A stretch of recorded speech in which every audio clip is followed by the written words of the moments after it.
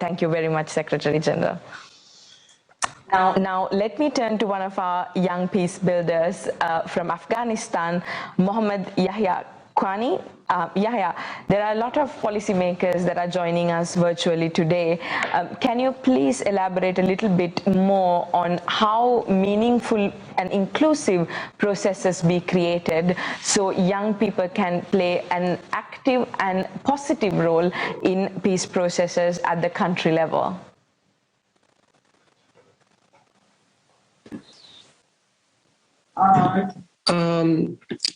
Thank you very much, UNDP Envoy Jadman. First of all, please allow me to express my gratitude to all the organizers of the Global Conference on Youth Inclusive Peace Process. I'm extremely honored to be attending this important global conference that brings together friends of YPS. Before that, I want to share a personal story of mine. And based on that, I want to answer your question about how we can create more meaningful, inclusive peace processes, spaces for young people.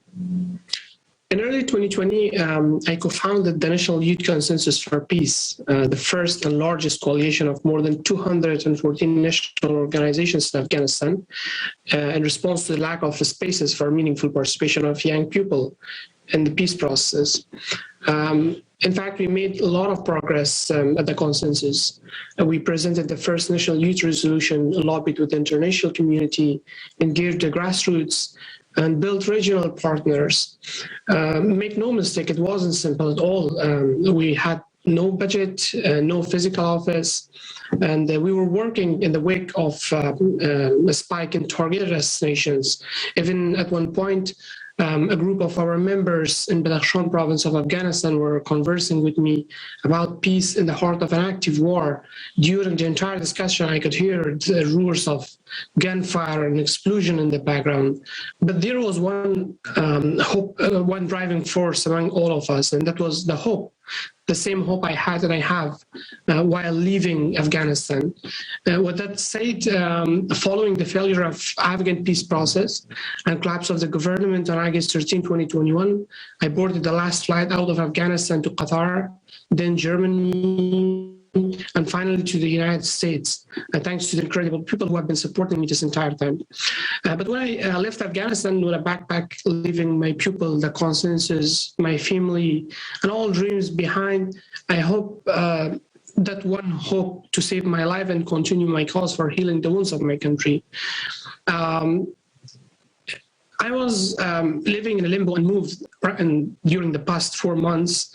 But I still consider myself lucky compared to many others, like the mental, physical, financial, legal costs that are being borne by my generation and countless others across the country, the tales of pain and loss, and the current resistance of young Afghan women who are demanding freedom, breed, and work made me even stronger and determined. Now I'm not only hopeful, but more committed to our cause. With that said, I can say that all of this gives me hope and my generation hope, as does the youth, peace, and security. So YPS agenda gives us hope because it makes us feel heard, seen, and provide a path to be engaged in shaping the future and leading present. This is what my hope is for the next 5 years. About the question that how we can create more meaningful spaces, I can say that our gathering here today is yet again a recognition of youth leadership, and our cause, the approach to our cause is very simple.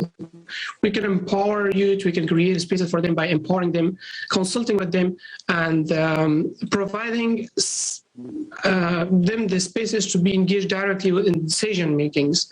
So I therefore urge our leaders to translate their goodwill into concrete commitments, mandated into action with specific milestones and funding to achieve those milestones with an increased sense of urgency.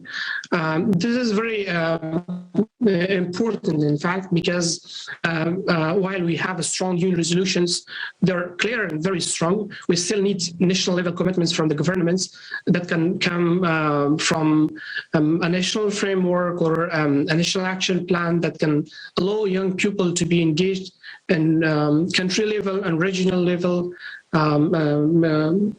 decision-making and peace process, and that will contribute too much to our global cause of inclusion of youth in the peace process, and we can provide them the safest space. It's not only about the young people.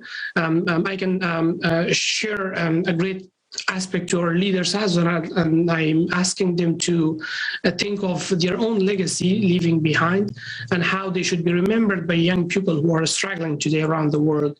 The YPS agenda is a key to unlock that legacy, and let's not waste this unique opportunity. Thank you so much. Thank you very much, Yahya, for your very precise and practical remarks. Now, let me go to Anna and Yahya again.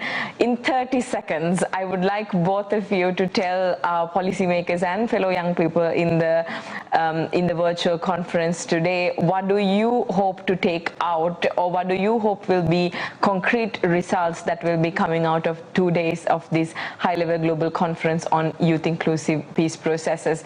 Yahya, what is it that you wish to take out of this conference, and what you wish will be the outcomes of this conference?